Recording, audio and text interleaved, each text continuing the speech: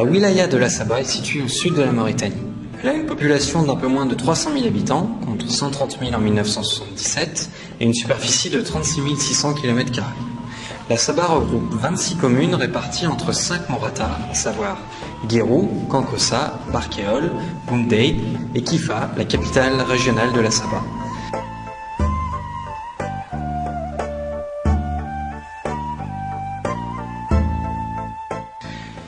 Le relief de la région est caractérisé par une série de plaines entrecoupées de plateaux montagneux qui forment la chaîne de la Sabah, dont l'altitude varie entre 300 et 650 mètres. On y trouve un réseau de cours d'eau. Les sols alluviaux couvrent 280 000 hectares, 8% de la superficie de la Sabah. C'est une ressource agricole importante à mettre en valeur par des aménagements de collecte des eaux de surface, tels que digues et barrages.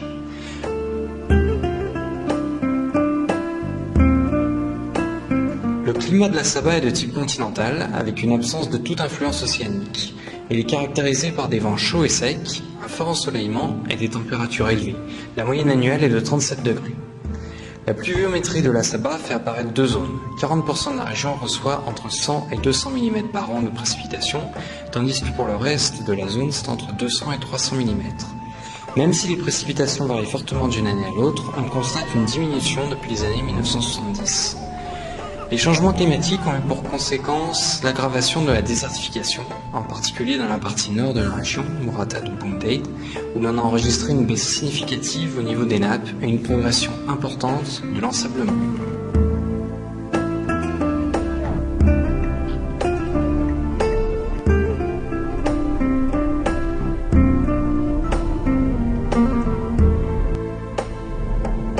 Fondée en 1999, l'ONG mauritanienne EcoDev participe activement au programme mené dans le pays pour la réduction de la pauvreté, la bonne gouvernance et le développement durable.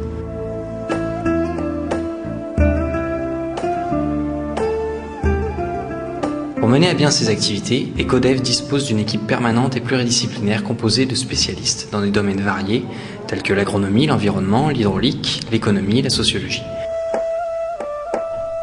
L'ONG s'appuie sur un réseau de consultants indépendants qui collaborent ponctuellement dans le cadre d'études ou de prestations nécessitant des compétences spécifiques.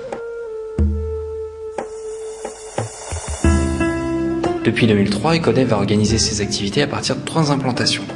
Le siège, basé dans la capitale, Nouakchott, s'occupe des projets en milieu urbain, c'est-à-dire l'accès aux services de base, eau, assainissement, énergie, gestion des déchets.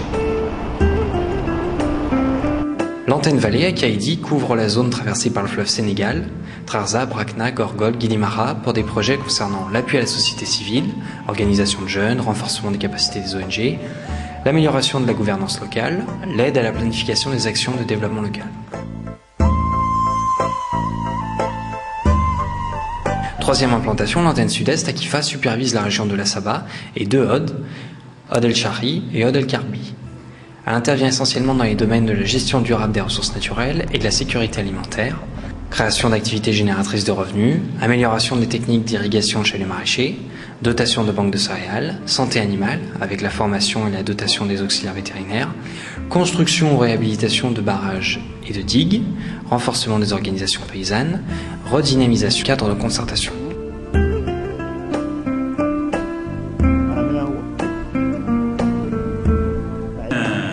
L'antenne sud-est, qui est une antenne de l'ONG Développement, qui est la structure qui couvre les 2 hauts de la Sabah. Nous avons commencé par exécuter des actions au niveau du haut de l'Arabie, financées par la coopération allemande en 2003. Et depuis 2008, vu qu'on a eu un grand travail au niveau de la Sabah, on a transféré la base d'antenne au niveau de Kifa.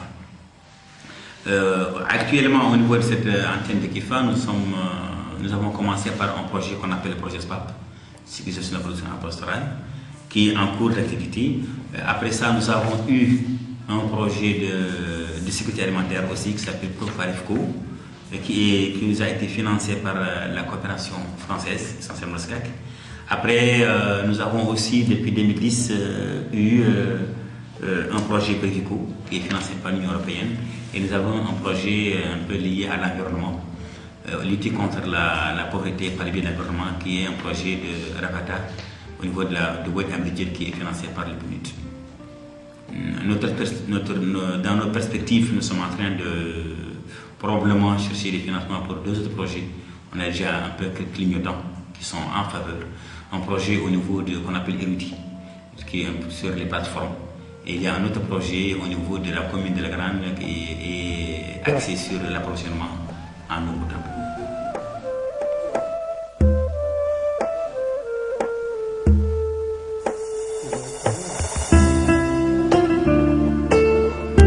En 2010, l'antenne Sud-Est a exécuté en Assaba 3 projets: SPAP, Prévico et Revata.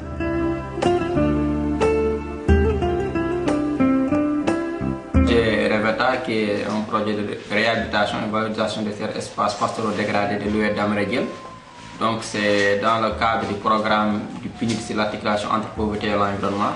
Donc c'est un projet qui dure 1 année, exécuté par ECODEF en partenariat avec le PNUD dans son programme APE.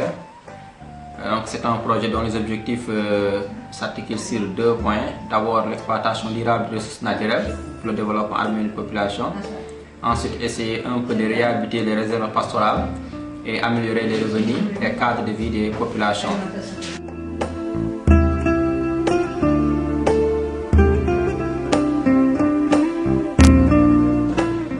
Le Prévico, le projet de vente vivre communautaire, est un projet de sécurité alimentaire financé par l'Union européenne.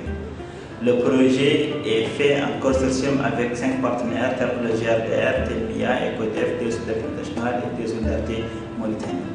C'est un projet qui cible les populations vulnérables dans les régions enclavées. Au niveau Assaba, Prévico intervient dans le cadre de Kankossa, dans les communes telles que Hamoud, Blajemil, Tenaha et Kankossa. Au niveau de communes de Hamoud, Tenaha et Blajemil, le projet vise à construire 6 magasins de stockage de céréales qui seront dotés de 20 à 30 tonnes de sorgho. Le projet aussi vise également la construction de digues et d'étiquettes dans des zones excédentaires ainsi que des zones déficitaires. Le projet, comme on le dit, c'est un projet de sécurité alimentaire. C'est un projet aussi qui vise à améliorer les conditions de vie et surtout le niveau de vie par le rachat de céréales.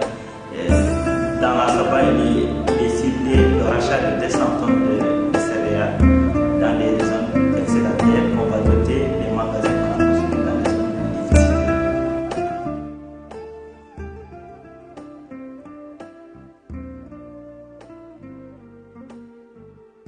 Le projet SPAP veut dire projet de sécurisation de la production agro-pastorale.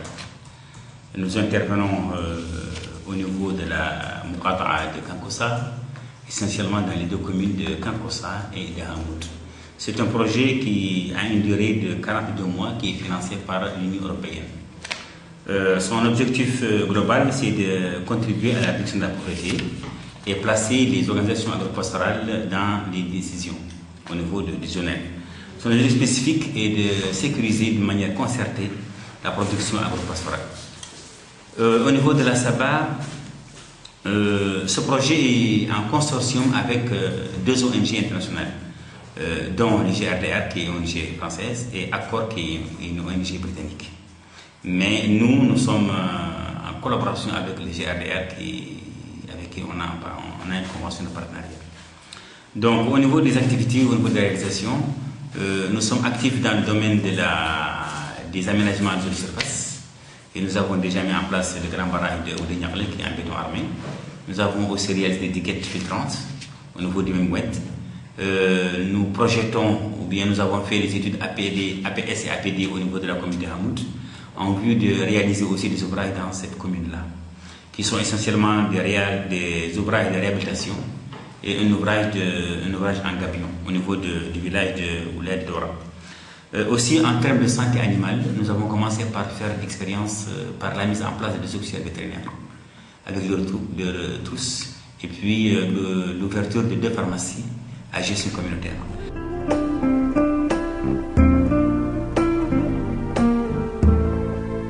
Les domaines d'intervention d'ECODEF sont donc en rapport avec les défis à relever pour le développement de la Mauritanie.